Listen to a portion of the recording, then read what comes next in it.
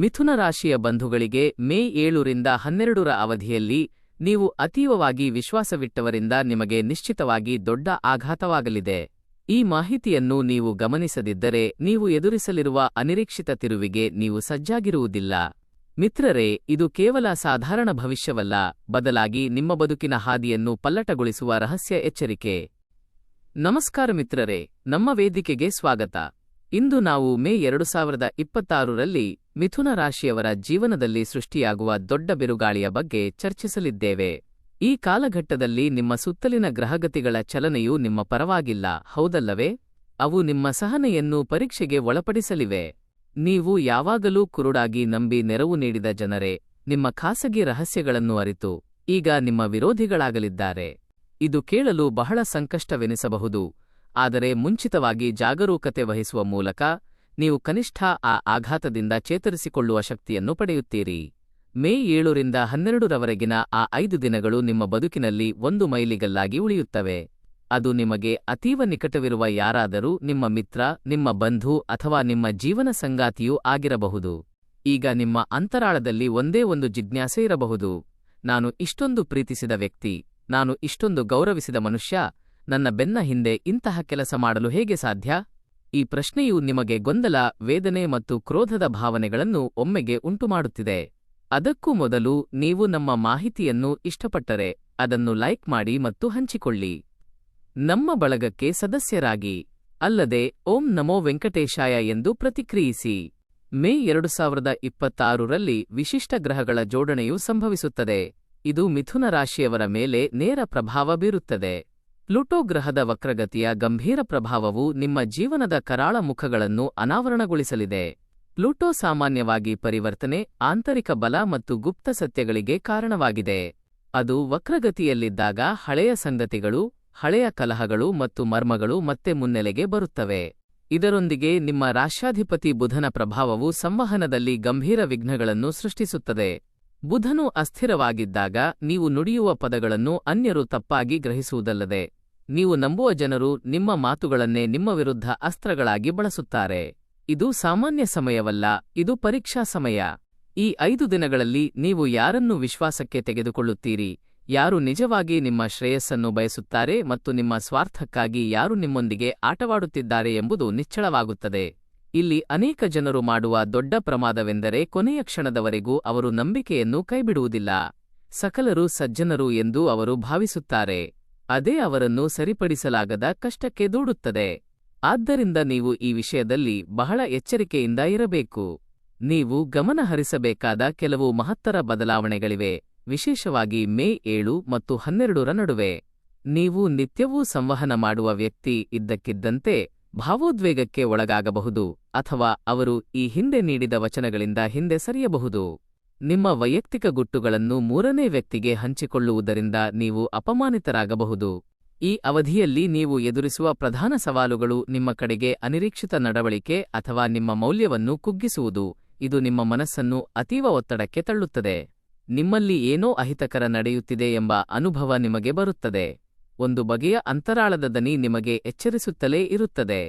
ಆದರೆ ನೀವು ಆ ಸೂಚನೆಗಳನ್ನು ಅಲಕ್ಷಿಸಿದರೆ ಅದು ನಿಮ್ಮ ಜೀವನದಲ್ಲಿ ನೀವು ಮಾಡುವ ಅತಿದೊಡ್ಡ ತಪ್ಪಾಗಿರುತ್ತದೆ. ನಿಮ್ಮ ಹೃದಯದ ಮಾತನ್ನು ಆಲಿಸಿ, ಏಕೆಂದರೆ ಗ್ರಹಗಳು ನೇರವಾಗಿ ಹೇಳುವುದಕ್ಕಿಂತ ನಮ್ಮ ಸಹಜ ಸ್ವಭಾವದ ಮೂಲಕ ನಮಗೆ ಹೆಚ್ಚಿನ ಸಂಕೇತಗಳನ್ನು ನೀಡುತ್ತವೆ. ಈ ಸಮಯದಲ್ಲಿ ನೀವು ಹೊಸಬರನ್ನು ಭೇಟಿಯಾದರೆ ಅಥವಾ ಅಪರಿಚಿತರನ್ನು ನಂಬಬೇಕಾದರೆ ಒಂದು ಕ್ಷಣ ತಾಳ್ಮೆಯಿಂದ ಯೋಚಿಸಿ. ಈ ಗ್ರಹಗಳ ಪ್ರಭಾವವು ಕೇವಲ ಭಾವನೆಗಳ ಮೇಲೆ ಮಾತ್ರವಲ್ಲದೆ ನಿಮ್ಮ ಆರ್ಥಿಕ ಸ್ಥಿತಿಯ ಮೇಲೂ ತೀವ್ರವಾಗಿರುತ್ತದೆ. ನೀವು ಯಾರಿಗಾದರೂ ಧನ ಸಹಾಯ ಮಾಡಿದ್ದರೆ ಆ ಹಣವನ್ನು ಮರಳಿ ಪಡೆಯಲು ಅವರು ಕಷ್ಟ ನೀಡಬಹುದು ಅಥವಾ ಅದನ್ನು ತಪ್ಪಿಸಬಹುದು. ನೀವು ಯಾವುದೇ ವಾಣಿಜ್ಯ ಒಪ್ಪಂದಗಳು ಅಥವಾ ಒಪ್ಪಂದಗಳಲ್ಲಿದ್ದರೆ ಒಂದು ಪುಟ್ಟ ತಪ್ಪು ತಿಳುವಳಿಕೆಯು ದೊಡ್ಡ ವಿವಾದವಾಗಿ ರೂಪಾಂತರಗೊಳ್ಳಬಹುದು. ಒಂದೇ ಸಹಿ ಅಥವಾ ಒಂದೇ ಸುಳ್ಳು ವಿಶ್ವಾಸವು ಒಂದು ದಿನದಲ್ಲಿ ನಿಮ್ಮ ತಿಂಗಳುಗಳ ಗಳಿಕೆಯನ್ನು ಕಿತ್ತುಕೊಳ್ಳಬಹುದು.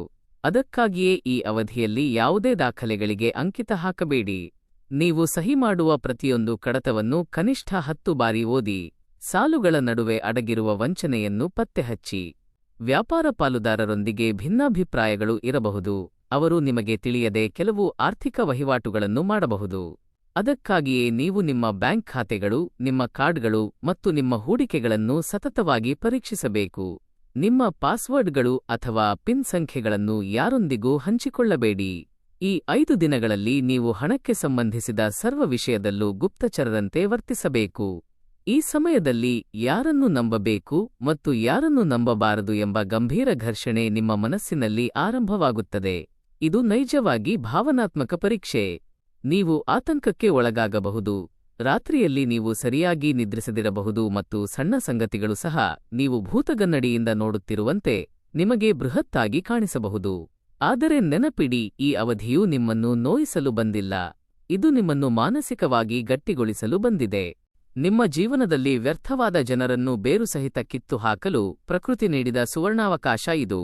ಮರದ ಒಣಗಿದ ಕೊಂಬೆಗಳು ಬಿದ್ದಾಗ ಮಾತ್ರ ಹೊಸ ಚಿಗುರುಗಳು ಮೂಡುತ್ತವೆ. ಅದೇ ರೀತಿ ನಿಮ್ಮ ಜೀವನದಲ್ಲಿ ನಕಲಿ ಮನುಷ್ಯರು ಹೊರಟು ಹೋದಾಗ ಮಾತ್ರ ನೀವು ನೈಜ ಸ್ನೇಹಿತರನ್ನು ಪತ್ತೆಹಚ್ಚುತ್ತೀರಿ. ಈ ಸಮಯದಲ್ಲಿ ಯಾರೊಂದಿಗೂ ಆವೇಶಕ್ಕೆ ಒಳಗಾಗಬೇಡಿ, ಏಕೆಂದರೆ ನೀವು ಸಿಟ್ಟಿನಲ್ಲಿ ಮಾಡುವ ಪ್ರತಿಯೊಂದು ವಾದವೂ ನಿಮಗೆ ಹಾನಿಯನ್ನುಂಟು ಮಾಡುತ್ತದೆ. ಈ ಅವಧಿಯಲ್ಲಿ ಪ್ರಶಾಂತವಾಗಿರುವುದು ಮತ್ತು ಪರಿಸ್ಥಿತಿಯನ್ನು ವೀಕ್ಷಿಸುವುದು ನಿಮ್ಮ ಅತ್ಯಂತ ಪ್ರಬಲ ರಕ್ಷಣಾತ್ಮಕ ಕವಚಗಳಾಗಿವೆ. ಈಗ ಕೆಲವು ಪ್ರಮುಖ ಎಚ್ಚರಿಕೆಗಳ ಬಗ್ಗೆ ಸವಿಸ್ತಾರವಾಗಿ ತಿಳಿಯೋಣ. ಮೇ 7 ಮತ್ತು 12ರ ನಡುವೆ ಯಾರಾದರೂ ನಿಮ್ಮ ಬಳಿಗೆ ಅನಪೇಕ್ಷಿತ ಸಲಹೆ ನೀಡಲು ಬಂದರೆ ಅವರು ನಿಮ್ಮ ಹಿತೈಷಿಗಳು ಎಂದು ತಕ್ಷಣ ನಂಬಬೇಡಿ. ಆ ಸಲಹೆಯ ಹಿಂದೆ ಅವರ ಸ್ವಾರ್ಥ ಏನಿದೆ ಎಂದು ವಿವೇಚಿಸಿ. ಅಲ್ಪ ಹೂಡಿಕೆಯೊಂದಿಗೆ ಅಧಿಕ ಲಾಭವನ್ನು ನೀಡುವ ನೂತನ ವಾಣಿಜ್ಯ ಅವಕಾಶಗಳು ಅಥವಾ ಯೋಜನೆಗಳು ನಿಮ್ಮ ಮುಂದೆ ಬರಬಹುದು. ಅಂತಹ ಆಮಿಷಗಳನ್ನು ತಕ್ಷಣವೇ ಒಪ್ಪಿಕೊಳ್ಳಬೇಡಿ. ಈ ಸಮಯದಲ್ಲಿ ಮಾಡಿದ ಹೂಡಿಕೆಗಳು ನಿಮಗೆ ದೀರ್ಘಕಾಲದ ನಷ್ಟವನ್ನುಂಟು ಮಾಡುತ್ತವೆ. ಪ್ರವಾಸದ ವಿಷಯಕ್ಕೆ ಬಂದಾಗ ದೂರದ ಪ್ರಯಾಣಗಳನ್ನು ಸಾಧ್ಯವಾದಷ್ಟು ಮುಂದೂಡಿ. ವಾಹನ ಚಲಾಯಿಸುವಾಗ ಅತೀವ ಗಮನವಿರಲಿ, ಏಕೆಂದರೆ ಮಾನಸಿಕ ಅಶಾಂತಿಯಿಂದಾಗಿ ಅನಾಹುತಗಳ ಮುನ್ಸೂಚನೆಗಳಿವೆ. ನೀವು ಯಾರಿಗಾದರೂ ಖಾಸಗಿ ವಿಷಯಗಳನ್ನು ಹಂಚಿಕೊಳ್ಳುವ ಮೊದಲು 10 ಬಾರಿ ಯೋಚಿಸಿ. ನೀವು ಇಂದು ಹೇಳುವ ಒಂದು ರಹಸ್ಯವು ನಾಳೆ ನಿಮಗೆ ಬೃಹತ್ ಸಮಸ್ಯೆಯಾಗಬಹುದು. ನಿಮ್ಮ ದೌರ್ಬಲ್ಯಗಳನ್ನು ಯಾರಿಗೂ ತಿಳಿಸಬೇಡಿ, ಏಕೆಂದರೆ ಈ ಸಮಯದಲ್ಲಿ ನಿಮ್ಮ ದೌರ್ಬಲ್ಯಗಳು ಇತರರಿಗೆ ಬಲವಾಗುತ್ತವೆ. ಇನ್ನೊಂದು ಪ್ರಧಾನ ಸಂಗತಿಯೆಂದರೆ ಈ ಅವಧಿಯಲ್ಲಿ ನೀವು ಹಿಂದೆ ಗೌಪ್ಯವಾಗಿಟ್ಟ ರಹಸ್ಯಗಳು ಸಹ ಬಯಲಾಗುವ ಭೀತಿಯಿದೆ.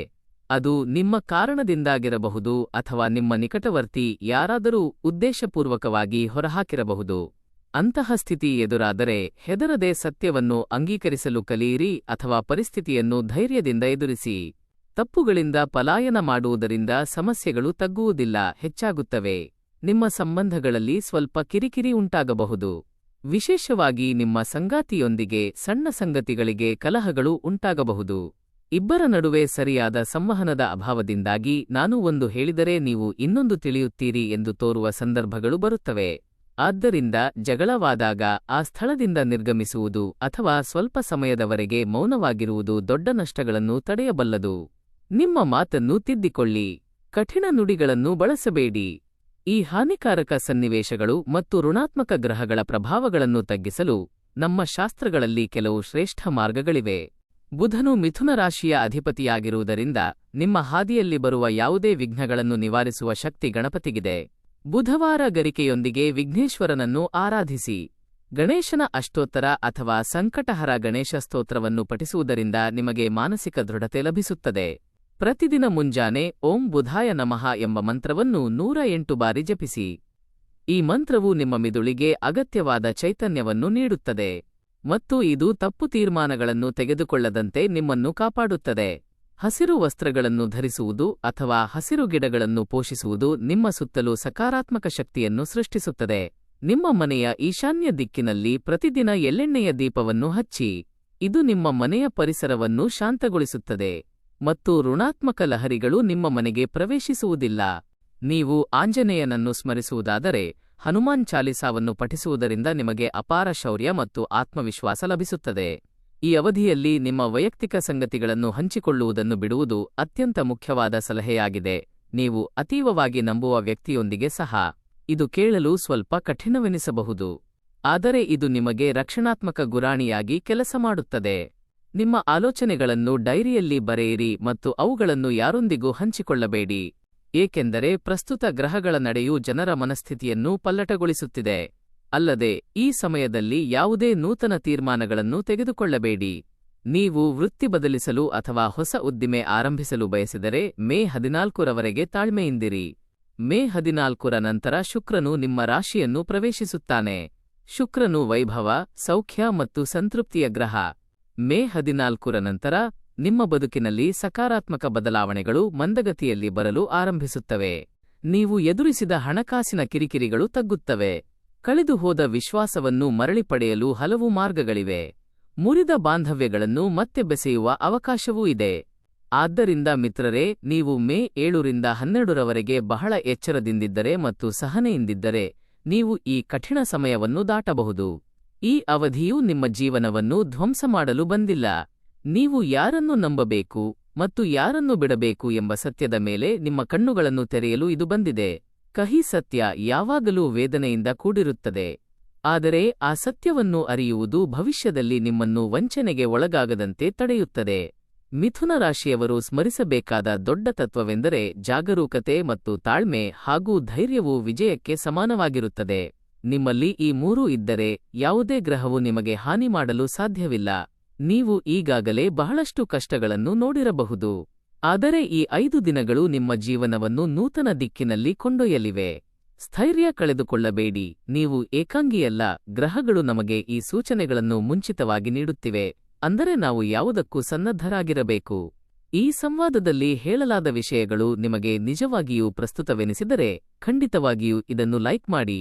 ನಿಮ್ಮ ಸ್ನೇಹಿತರು ಅಥವಾ ಆಪ್ತರಲ್ಲಿ ಯಾರಾದರೂ ಮಿಥುನ ರಾಶಿಯವರಾಗಿದ್ದರೆ ಈ ಮಾಹಿತಿಯನ್ನು ಹಂಚಿಕೊಳ್ಳಿ ಮತ್ತು ಮುಂಚಿತವಾಗಿ ಅವರಿಗೆ ಎಚ್ಚರಿಸಿ. ಆ ವಿಪತ್ತಿನಿಂದ ಅವರನ್ನು ಕಾಪಾಡಿ.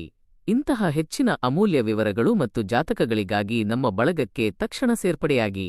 ನಿಮ್ಮ ರಾಶಿಚಕ್ರದ ಹೆಸರನ್ನು ಪ್ರತಿಕ್ರಿಯೆಯಲ್ಲಿ ಹಾಕಲು ಮರೆಯಬೇಡಿ. ನಿಮಗೆ ಯಾವುದೇ ನಿರ್ದಿಷ್ಟ ಸಮಸ್ಯೆ ಇದ್ದರೆ ನಮಗೆ ತಿಳಿಸಿ. ನಾವು ನಿಮಗೆ ಸಾಧ್ಯವಾದಷ್ಟು ಪರಿಹಾರಗಳನ್ನು ಸೂಚಿಸುತ್ತೇವೆ. ಈ ಮಾಹಿತಿ ಗಮನಿಸುವ ಪ್ರತಿಯೊಬ್ಬ ಮಿಥುನ ರಾಶಿಯವರು ನಾನು ಜಾಗರೂಕನಾಗಿರುತ್ತೇನೆ ಎಂದು ಕಾಮೆಂಟ್ನಲ್ಲಿ ಬರೆಯಲು ಮರೆಯದಿರಿ. ಇದು ಕೇವಲ ಪ್ರತಿಕ್ರಿಯೆಯಲ್ಲ, ಇದು ನಿಮ್ಮ ಅಂತರಾತ್ಮಕ್ಕೆ ನೀವು ನೀಡುವ ವಚನ. ಇದು ನಿಮಗೆ ರಕ್ಷಣೆಯಾಗಿ ನಿಲ್ಲುತ್ತದೆ.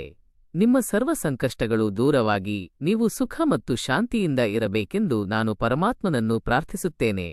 ಮೇ 14ರ ನಂತರ ಬರುವ ಆ ಮಂಗಳಕರ ಸಮಯಕ್ಕಾಗಿ ಕಾಯಿರಿ.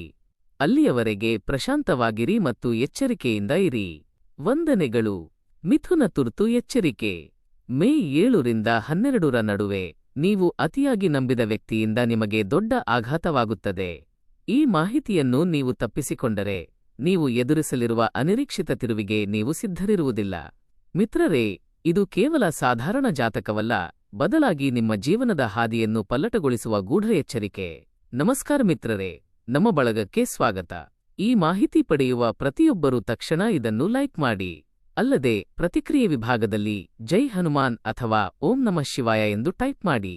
ಆ ದೈವಿಕ ನಾಮವು ನಿಮಗೆ ರಕ್ಷಣಾತ್ಮಕ ಗುರಾಣಿಯಾಗಿ ಕೆಲಸ ಮಾಡುತ್ತದೆ. ಇಂದು ಮೇ 2026ರಲ್ಲಿ ಮಿಥುನ ರಾಶಿಯವರ ಜೀವನದಲ್ಲಿ ಸಂಭವಿಸುವ ಬೃಹತ್ ಚಂಡಮಾರುತದ ಬಗ್ಗೆ ನಾವು ಚರ್ಚಿಸಲಿದ್ದೇವೆ.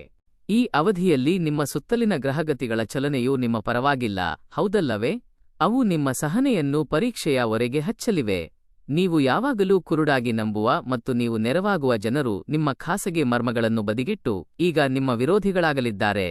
ಇದು ಕೇಳಲು ಬಹಳ ಕಠಿಣವಾಗಿ ಗೋಚರಿಸಬಹುದು. ಆದರೆ ಮುಂಚಿತವಾಗಿ ಮುನ್ನೆಚ್ಚರಿಕೆಗಳನ್ನು ವಹಿಸುವ ಮೂಲಕ ನೀವು ಕನಿಷ್ಠ ಆ ಆಘಾತದಿಂದ ಮೇಲೆಳುವ ಶಕ್ತಿಯನ್ನು ಪಡೆಯುತ್ತೀರಿ. ಮೇ 7ರಿಂದ 12ರವರೆಗಿನ ಆ 5 ದಿನಗಳು ನಿಮ್ಮ ಬದುಕಿನಲ್ಲಿ ಒಂದು ಮೈಲಿಗಲ್ಲಾಗಿ ಉಳಿಯುತ್ತವೆ. ಅದು ನಿಮಗೆ ಅತೀವ ಹತ್ತಿರವಿರುವ ಯಾರಾದರೂ ಆಗಿರಬಹುದು. ಅದು ನಿಮ್ಮ ಮಿತ್ರ, ನಿಮ್ಮ ಬಂಧು ಅಥವಾ ನಿಮ್ಮ ಜೀವನ ಸಂಗಾತಿಯಾಗಿರಬಹುದು. ಈಗ ನಿಮ್ಮ ಅಂತರಾಳದಲ್ಲಿ ಒಂದೇ ಒಂದು ಜಿಜ್ಞಾಸೆ ಇರಬಹುದು. ನಾನು ಇಷ್ಟೊಂದು ಪ್ರೀತಿಸಿದ ವ್ಯಕ್ತಿ, ನಾನು ಇಷ್ಟೊಂದು ನಂಬಿದ ಮನುಷ್ಯ, ನನ್ನ ಬೆನ್ನ ಹಿಂದೆ ಇದನ್ನು ಹೇಗೆ ಮಾಡಲು ಸಾಧ್ಯ?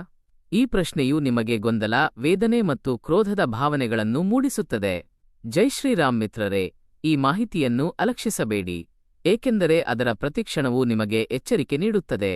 ಮೇ 2026ರಲ್ಲಿ ಘಟಿಸುವ ಈ ವಿಶಿಷ್ಟ ಗ್ರಹಗಳ ಸ್ಥಿತಿಯನ್ನು ಜ್ಯೋತಿಷ್ಯಶಾಸ್ತ್ರದಲ್ಲಿ ವಿಶ್ಲೇಷಿಸಿದರೆ ಅವರ ರಾಶ್ಯಾಧಿಪತಿ ಬುಧ ಮಿಥುನ ರಾಶಿಯವರಿಗೆ ಬಹಳ ನಿರ್ಣಾಯಕ ಪಾತ್ರವನ್ನು ವಹಿಸುತ್ತಿದ್ದಾನೆ ಎಂದು ನಾವು ಅರಿಯಬಹುದು. ಬುಧವು ವಿವೇಕ, ಸಂವಹನ ಮತ್ತು ವ್ಯವಹಾರ ಚಾತುರ್ಯಕ್ಕೆ ಕಾರಣವಾಗಿದೆ. ಆದಾಗ್ಯೂ ಮೇ 7ರಿಂದ ಬುಧನ ಪಥದಲ್ಲಿನ ಕೆಲವು ಬದಲಾವಣೆಗಳು ಮತ್ತು ಪ್ಲೂಟೋ ವಕ್ರಗತಿಯ ಪ್ರಭಾವವು ನಿಮ್ಮನ್ನು ಅಜ್ಞಾತ ಕತ್ತಲೆಗೆ ತಳ್ಳುವ ಸಾಧ್ಯತೆಯಿದೆ. ಪ್ಲೂಟೋ ಸಾಮಾನ್ಯವಾಗಿ ರೂಪಾಂತರ, ಸಂಹಾರ ಮತ್ತು ಆಂತರಿಕ ಶಕ್ತಿಯ ಸಂಕೇತವಾಗಿದೆ.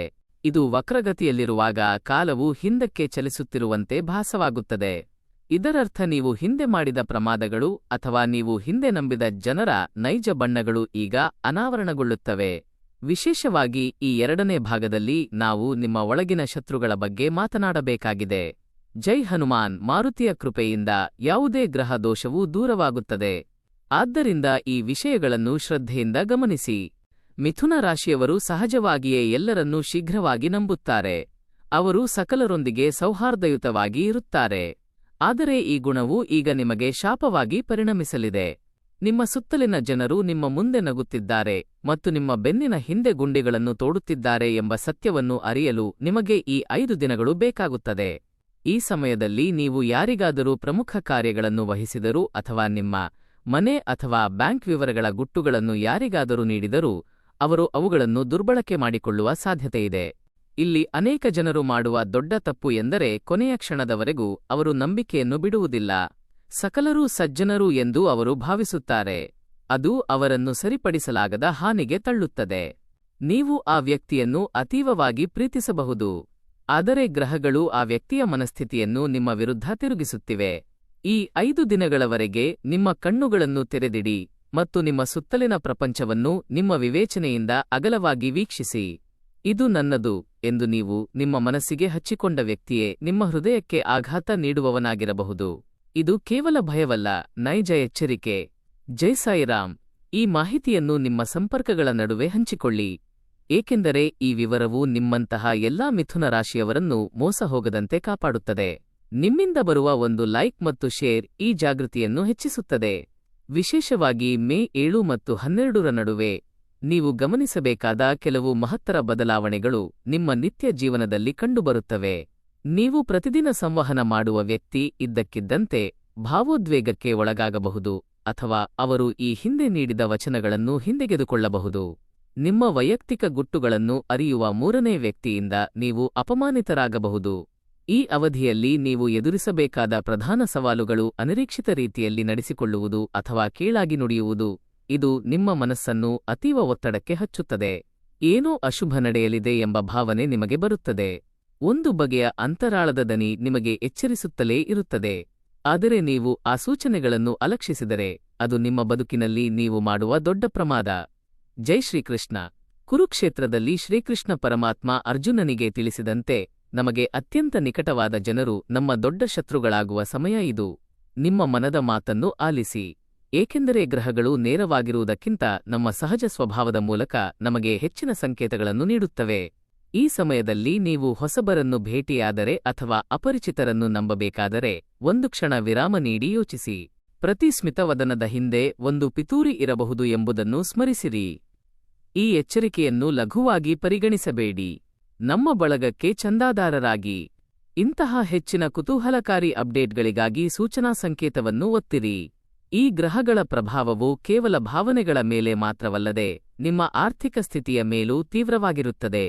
ನೀವು ಯಾರಿಗಾದರೂ ಧನ ಸಹಾಯ ಮಾಡಿದ್ದರೆ ಅವರು ಹಣವನ್ನು ಮರಳಿ ನೀಡಲು ಕಷ್ಟಪಡಬಹುದು ಅಥವಾ ಅದನ್ನು ತಪ್ಪಿಸಬಹುದು.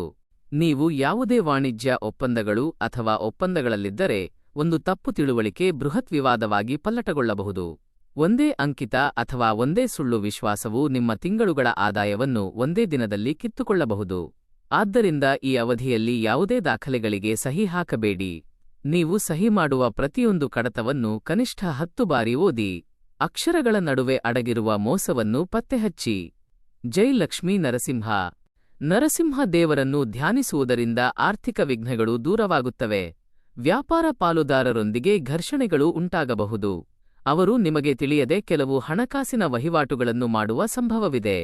ಆದ್ದರಿಂದ ನಿಮ್ಮ ಬ್ಯಾಂಕ್ ಖಾತೆಗಳು, ನಿಮ್ಮ ಕಾರ್ಡ್ಗಳು ಮತ್ತು ನಿಮ್ಮ ಹೂಡಿಕೆಗಳನ್ನು ಸತತವಾಗಿ ಪರಿಶೀಲಿಸುತ್ತಿರಿ. ನಿಮ್ಮ ಪಾಸ್ವರ್ಡ್ಗಳು ಅಥವಾ ಪಿನ್ ಸಂಖ್ಯೆಗಳನ್ನು ಯಾರೊಂದಿಗೂ ಹಂಚಿಕೊಳ್ಳಬೇಡಿ.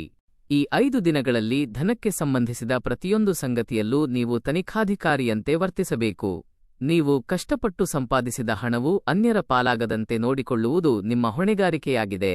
ಈ ಮಾಹಿತಿಯನ್ನು ಇಷ್ಟಪಡುವ ಮೂಲಕ ನೀವು ಅಂತಹ ಹೆಚ್ಚಿನ ವಿವರಗಳನ್ನು ನೀಡಲು ನಮ್ಮನ್ನು ಪ್ರೋತ್ಸಾಹಿಸುತ್ತೀರಿ. ಈ ಸಮಯದಲ್ಲಿ ಯಾರನ್ನು ನಂಬಬೇಕು ಮತ್ತು ಯಾರನ್ನು ಬಿಡಬೇಕು ಎಂಬ ಬಗ್ಗೆ ನಿಮ್ಮ ಮನಸ್ಸಿನಲ್ಲಿ ಗಂಭೀರ ಘರ್ಷಣೆ ಶುರುವಾಗುತ್ತದೆ. ಇದು ನೈಜವಾಗಿ ಭಾವನಾತ್ಮಕ ಪರೀಕ್ಷೆ. ನೀವು ಆತಂಕಕ್ಕೆ ಒಳಗಾಗಬಹುದು.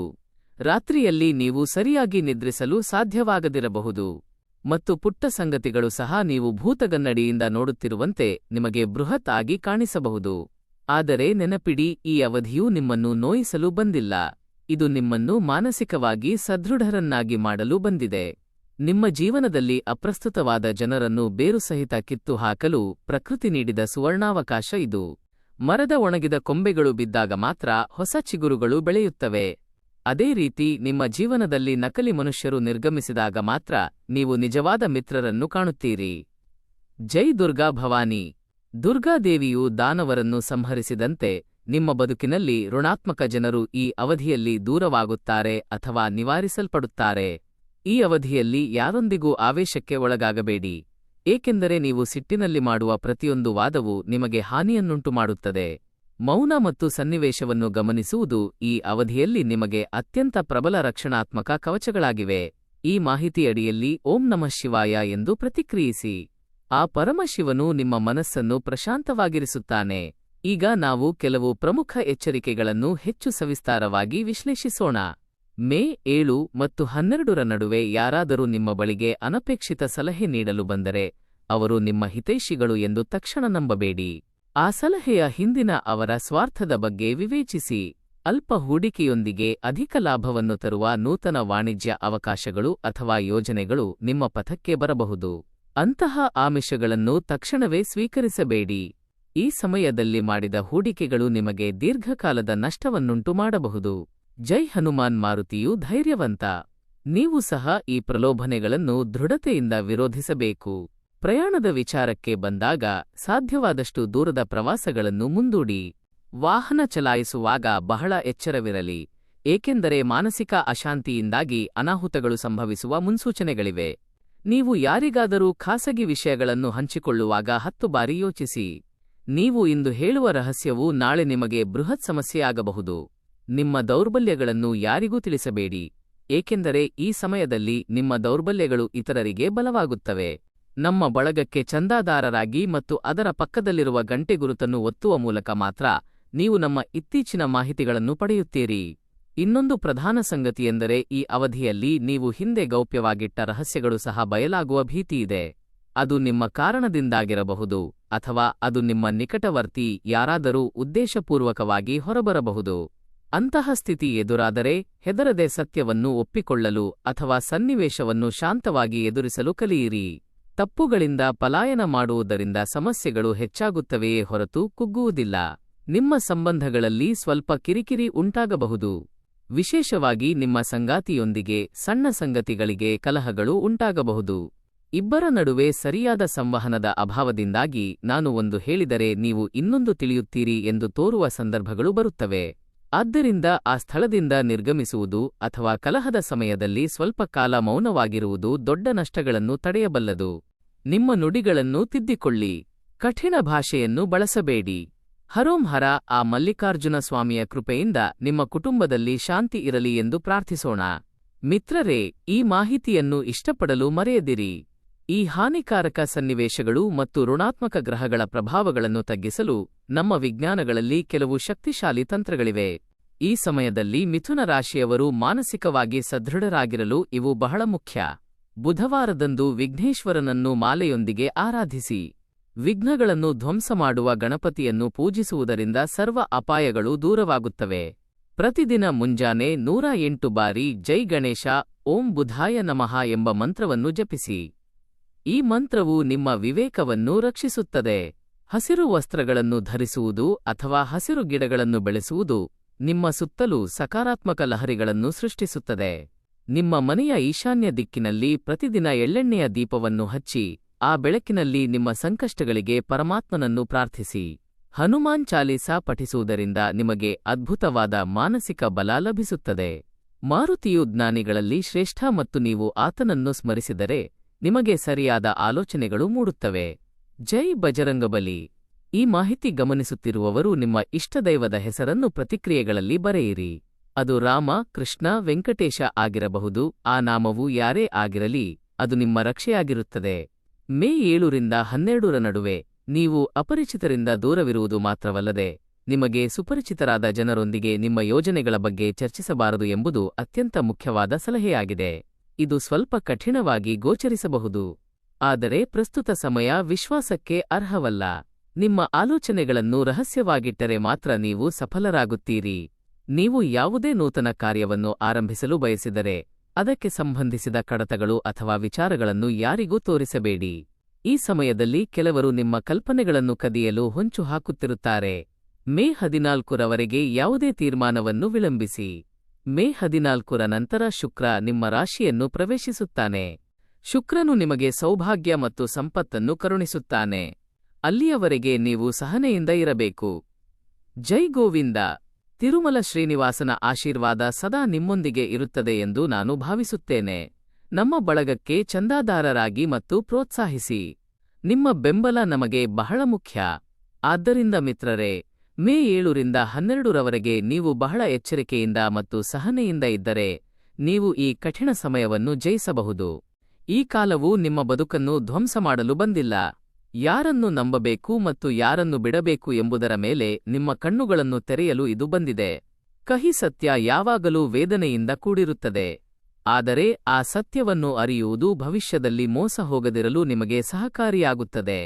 ಮಿಥುನ ರಾಶಿಯವರು ಸ್ಮರಿಸಬೇಕಾದ ದೊಡ್ಡ ತತ್ವವೆಂದರೆ ಜಾಗರೂಕತೆ ಮತ್ತು ಸಹನೆ ಹಾಗೂ ಧೈರ್ಯವು ವಿಜಯಕ್ಕೆ ಸಮಾನವಾಗಿರುತ್ತದೆ.